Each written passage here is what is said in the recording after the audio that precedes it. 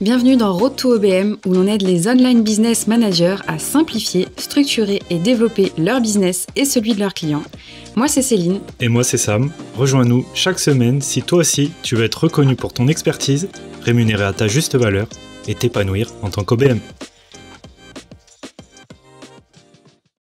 Quel type de service proposer en tant qu'OBM? Oula, je pense que c'est la pire des questions à se poser. Parce que ça implique que c'est nous qui devons choisir. Donc, je pense que c'est pas la bonne question à se poser. Ok.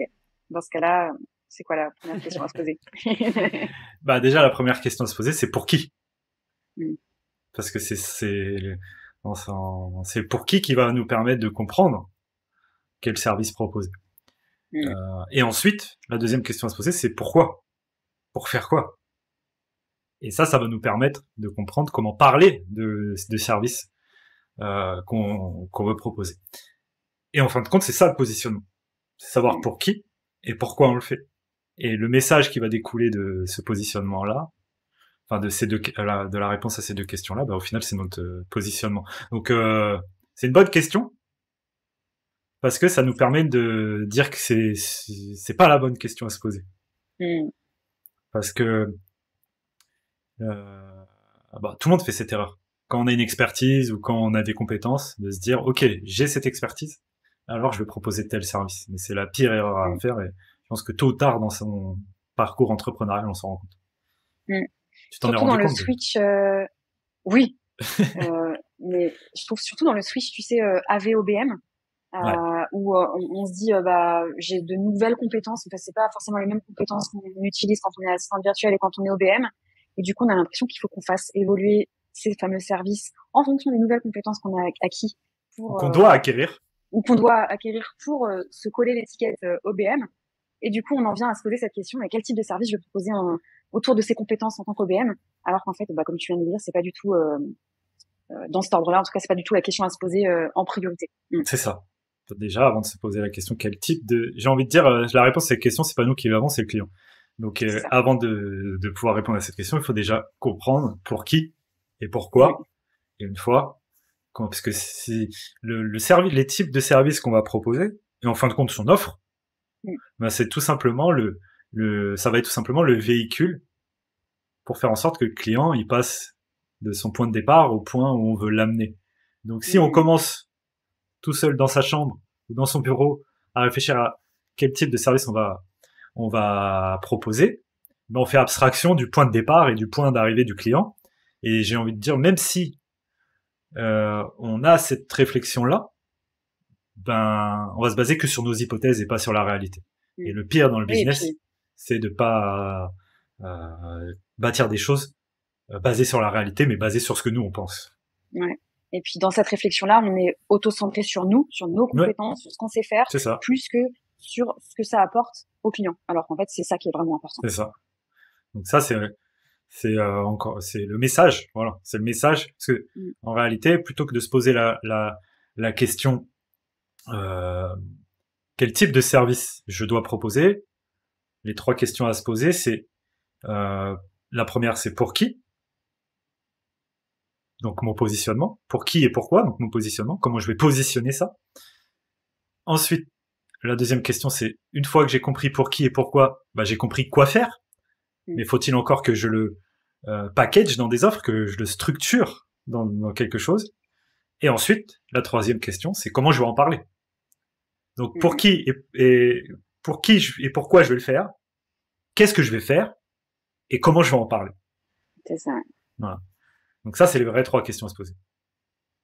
Une fois du coup qu'on a compris ça, une fois qu'on s'est posé ces trois questions, comment est-ce qu'on structure ces fameux services et comment est-ce qu'on structure ces fameuses offres? Ouais. Donc comment on package tout ça en fait. Ouais. Déjà, il faut bien comprendre un truc. C'est que lorsqu'on vend des services ou du conseil, puisque c'est là ce qui nous intéresse vu qu'on parle pour des OBM en tout cas, on passe toujours par 4 phases.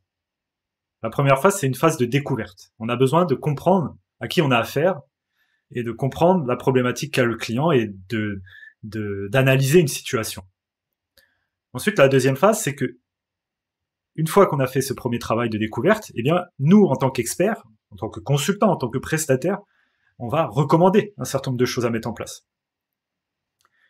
Et la troisième étape, une fois qu'on a recommandé, eh bien, il faut l'implémenter. Il faut l'implémenter. Et une fois que c'est implémenté, il faut le maintenir. Ou il faut l'optimiser. Et donc, ces 4 phases, elles sont valables en réalité pour tout type de service. Donc, c'est vrai pour une OBM, c'est vrai pour une assistante virtuelle, mais c'est vrai pour tout type de service. Un plombier, il passe par ces 4 phases. Un maçon ou un peintre, il passe par ces 4 phases. Il vient chez toi, il regarde ta pièce, il découvre. Ensuite, il va faire un devis, donc il recommande. Et ensuite, il implémente, il fait, et ensuite, il va maintenir s'il y a un problème, etc. Et donc, c'est vrai pour tous les métiers. Un graphiste, un fiscaliste, et une OBM. Okay, parce que une OBM, c'est une prestataire de service, c'est une consultante.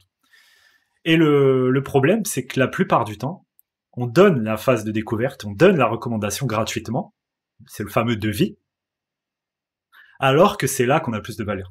Parce que c'est là où vraiment, on a besoin d'être un expert pour comprendre au mieux la problématique et recommander la bonne solution. Et en fait, c'est là qu'on valorise pas ce qu'on fait. C'est là qu'on valorise pas son expertise.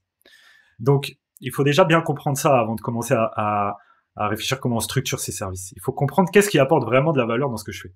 Et pour une OBM en particulier, ce qui apporte le plus de valeur, c'est ce qu'on va découvrir et comment on va analyser la situation, la problématique et la solution qu'on va recommander. Ça a le plus de valeur. Et ça, faut le facturer. C'est vraiment une erreur commune qu'on voit beaucoup, de se dire en fait, je le vois quand on a ces discussions-là en live, par exemple dans la communauté Road to OBM, où les filles nous disent ouais mais non mais ça mon client il sait, moi il m'embauche entre guillemets, il fait appel à mes services pour que j'implémente seulement. Et non. Oui. Et on en revient à ce qu'on pouvait dire dans les précédents épisodes avec cette fameuse posture de on n'est plus exécutante, on adopte vraiment une posture d'experte. Et non, ton client il sait pas tout ça et il a besoin de passer par toutes ces étapes-là pour qu'ensuite tu puisses effectivement l'aider à implémenter. Ouais. Et c'est pour ça que quand on veut faire cette transition d'être considéré comme une experte, comme une exécutante, pardon, et de se positionner comme une consultante, comme une experte, ce qu'il faut bien comprendre, et ça je le répète tout le temps, c'est que c'est toi qui décides, c'est nous qui décidons la façon dont nous perçoit le client. Donc si on se positionne comme une exécutante, on sera perçu comme une exécutante. Et ce que la plupart des gens se rendent pas compte, c'est que en faisant des devis, et donc en faisant cette phase de découverte et de recommandation gratuitement, on rappelle la maxime, ce qui est gratuit n'a pas de valeur. C'est-à-dire que le client, il perçoit pas la valeur de cette partie-là. Et comme il perçoit pas la valeur, bah, toi, derrière, le devis que tu vas faire, en final, c'est sur l'implémentation. Et j'ai envie de dire, implémenter, c'est le plus facile. Ouais. Tout le monde peut implémenter. Aujourd'hui, par exemple, tu vas à Madagascar, t'as plein d'assistants virtuels qui peuvent implémenter. Tu vas dans d'autres pays, voilà, on vit dans un marché mondialisé. Implémenter, c'est plus une compétence. Enfin, c'est une compétence. C'est pas dévalorisant ce que je dis, mais ce que je veux dire, c'est que c'est une commodité. C'est-à-dire que c'est accessible. Et la concurrence, elle est féroce. Tandis que cette partie de découverte et de recommandation, eh bien, c'est là où on a vraiment besoin d'expertise pour comprendre la bonne solution à appliquer. Et à partir du moment où tu comprends ça et que tu commences à te dire, ok, bah ça, en fait, si ça a vraiment de la valeur, bah je vais peut-être commencer par à le facturer, parce que si ça a de la valeur, c'est moi qui vais faire en sorte que le client voit la valeur, donc je vais le facturer. Et là, c'est là où c'est un peu contre-intuitif, parce que la plupart des personnes avec qui on travaille, elles disent, ouais, mais je vais pas facturer un devis. Et bah si, justement. Et là où c'est paradoxal, c'est que quand tu fais ça, bah là, le client, il te voit comme un expert. Parce que tu lui montres que toi, tu donnes de la valeur à cette partie-là. Et comme toi, tu donnes de la valeur à cette partie-là, voilà, et que tu valorises ton temps, et que tu valorises ton expertise, eh bien, comme on a dit tout à l'heure, c'est toi qui décides la façon dont le client te perçoit. Et donc, en faisant ça, c'est paradoxal, mais il te voit comme un expert. Et donc, nous, on est allergique au devis. On est allergique au devis. Et c'est pour ça que dans OBM Squad, on apprend aux filles à comment, pour répondre à la question de comment, c'est ça. Vendre sans devis. C'est ça. Pour répondre à la question de comment structurer ses services et ses offres, eh bien nous on a une façon stratégique de positionner 3 offres pour justement arrêter de faire des devis, pour valoriser cette partie découverte et recommandation. Ensuite 2, mettre en place, donc implémenter une offre qui est destinée à implémenter, et ensuite une 3e offre qui est destinée à maintenir et à optimiser. Voilà. Donc nous c'est ça la façon dont on structure les offres en se basant sur les 4 phases par lesquelles passent toutes les prestations de services et toutes les prestations de conseil, donc découverte, recommandation, implémentation et maintenance, optimisation, quoi. Voilà. Et finalement, cette échelle de valeur, elle est, pour nous, en tout cas, indispensable quand on veut notamment évoluer d'assistante virtuelle vers le métier d'OBM, puisque la grande différence, c'est qu'on arrête un petit peu l'exécution, même si on en fait encore un petit peu, pour prendre une posture, cette fois-ci, de consultante, et du coup. C'est, juste là-dessus, même si on continue à faire de l'exécution, on arrête de la vendre comme telle. C'est juste ça, en fait. C'est là qu'il faut pas sur la façon se tromper. de packager ces services, ouais. Et si vous ne vendez que l'implémentation, vous restez encore dans de l'exécution. Et donc, en fait, votre client, on a souvent cette question-là. Ah, mais les clients, ils font pas la différence entre une assistante virtuelle et une OBM. Alors oui, le marché n'est pas encore mature pour que les CEO fassent vraiment la différence, mais en fait, c'est à vous de leur montrer c'est de votre faute. La différence à travers cette première phase. C'est pas juste de leur dire, voilà, une assistante virtuelle, elle fait ci, une OBM, elle fait ça, on se colle l'étiquette et allez, let's go. Moi, maintenant, je suis OBM. Non, c'est pas juste ça. C'est ça. C'est vraiment, voilà, comme on disait tout à l'heure, c'est à nous de décider la façon dont les clients nous perçoivent. Et donc, si en gros, c'est pas parce qu'on change d'étiquette d'AV à OBM que on arrête de se positionner comme une exécutante. Et qu'on se facture plus cher. C'est ça. Vraiment du bullshit. Donc, la façon dont on arrête de se positionner comme une exécutante, c'est en changeant la façon dont on structure et dont on présente nos offres. Voilà. Et c'est pour ça qu'il suffit pas de se coller l'étiquette. C'est tout. Et ça, c'est le piège. Voilà. C'est pour ça que nous, on répète, alors, un peu dans la provoque. Mais c'est le but. On dit sur le marché, il y a deux types d'OBM. Il y a celles qui pensent avoir tout bien fait, qui ont fait le site web, qui ont passé l'assertif, qui ont passé la formation et qui se disent, OK, maintenant je suis OBM et elles comprennent pas pourquoi ça fonctionne pas. Et il y a celles qui implémentent le modèle OBM Squad parce que nous, on leur apprend à vendre des services d'OBM. Et en fin de compte, des services d'OBM, c'est ni plus ni moins que de la prestation de service et de la prestation de conseil. Et si vraiment on veut valoriser au mieux ces types de prestations-là, bah, il y a une façon de faire. Et si on le fait pas, eh bien, on vend ni plus ni moins que la même chose sous une étiquette différente. C'est ça. Tout. Donc, une fois qu'on a tout ça et que c'est bon, en gros, on est prêt à attaquer le marché. Est-ce qu'on est prêt à attaquer le marché ou est-ce qu'il manque quelque chose encore? Bah, il manque le troisième point qu'on a évoqué tout à l'heure. Donc là, on s'est positionné, on a packagé, et maintenant, il nous manque un moyen de présenter, de promouvoir tout ça, et faire en sorte de traduire tout ça en un discours que ceux à qui c'est destiné comprennent que ça leur est destiné. Parce que c'est pas parce que on a une expertise qu'on va réussir à la vendre. En fait, une expertise, des offres, ça suffit pas à vendre. Derrière, il faut un message. Donc la troisième chose qu'il nous faut, c'est un message pour aller vraiment traduire tout ça dans un message que le client va comprendre et va pouvoir voir comme une solution à ces problématiques. Et là, le piège, c'est d'essayer de vendre le comment. Et ça, on en parle souvent. Le comment on le fait. Comment on fait les choses. Et ce qu'il faut bien comprendre, c'est que le comment on fait les choses, ça, c'est notre sauce à nous, en tant qu'experts. Et personne ne veut savoir. Moi, quand je fais appel à un plombier, j'ai pas envie de savoir comment il va réparer les trucs, quoi. Ça m'intéresse pas. Parce qu'à la limite, si j'ai envie de savoir, j'apprends. Et je le fais moi-même. Et c'est le piège dans lequel la plupart des OBM en particulier tombent. C'est d'expliquer leur process, leur façon dont elles fonctionnent, comment elles vont faire les choses. Et quand on explique comment on fait les choses, il faut bien comprendre que le client, il voit pas la valeur. Parce que toi, tu es en train de lui expliquer un moyen, un outil. Et la valeur d'un outil, elle réside uniquement dans ce qu'il te permet de faire. Donc si tu traduis pas ce que va apporter cet outil à ton client, ce que va apporter ton comment à ton client, bah lui, il va pas avoir la valeur, donc il va pas forcément te percevoir comme une experte. Et surtout, s'il voit pas la valeur, il va pas être prêt à mettre le prix. Donc c'est vraiment stratégique de rester concentré sur. C'est votre sauce d'experte même, le comment. Et votre client, s'il fait appel à vous, c'est justement pour pas avoir à apprendre tout ce comment. C'est pour que vous vous en occupiez. Et donc finalement, lui, il s'en fiche. À part le fameux client dont a priori les OBM ne veulent pas, en tout cas. C'est pas avec ce type de client qu'on apprend aux membres d'OBM Squad à travailler. C'est les fameux clients qui cherchent une exécutante.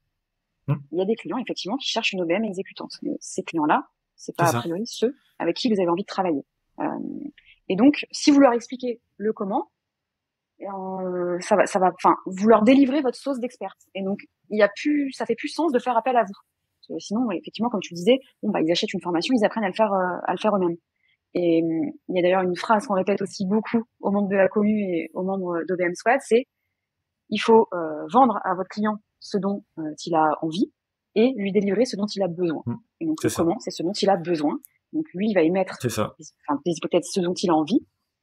C'est le résultat final. Et vous allez lui délivrer ce dont il a besoin, c'est-à-dire le comment.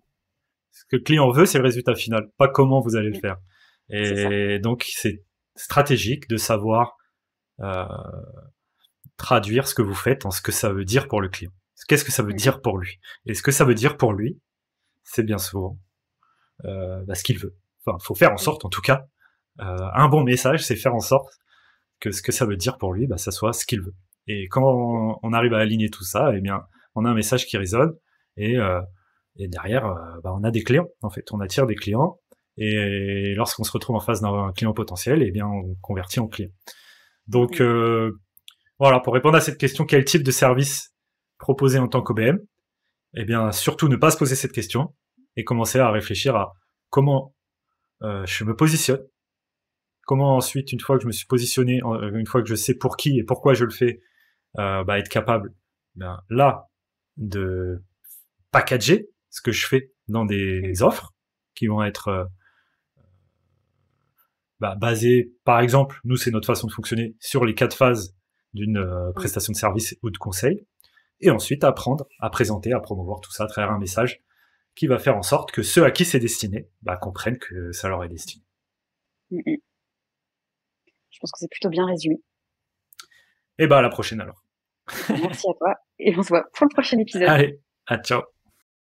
J'espère que cet épisode t'a plu. Si toi aussi tu souhaites développer ton business d'OBM pour t'épanouir professionnellement et financièrement, clique tout de suite sur le lien en description. Sam t'a préparé un atelier vidéo pour t'expliquer les 3 changements que les assistantes virtuelles et les online business managers doivent effectuer afin d'être reconnus pour leur expertise et rémunérés à leur juste valeur. À la semaine prochaine pour un nouvel épisode de Road to OBM.